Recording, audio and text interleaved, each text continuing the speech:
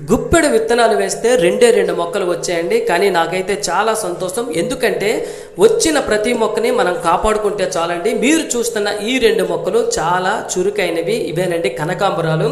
కనకాంబరాల గురించి చెప్పాలంటే ఒక్క మొక్క ఉంటే చాలు, పెరటిలో నాటితే మన ప్రమేయం లేకుండానే ఒక దశలో విత్తనాలు వాటంతట అవే చిటాపటా పేలుతూ పలు మొక్కలను విస్తరింపజేస్తాయి. ఇది ప్రతి ఒక్కరికి తెలిసిన విషయం. మీరు చూస్తున్న ఈ 2 మొక్కల ద్వారా ఒక విషయం చెప్పాలనే చిన్న ఆశ. మొక్కను ఒక కుండీ నుంచి వేరే కుండీలోనికి మార్చినప్పుడు మొక్క కుదుట పడుతుంది, కానీ మార్చినప్పుడు వేర్లు తెగిపోకుండా చూసుకోవాలి. చుట్టూ మట్టిని పెకలించి మెల్లగా మొక్కను విదిలించి జాగ్రత్తగా వేరే కుండీలోనికి మార్చుకోవాలి.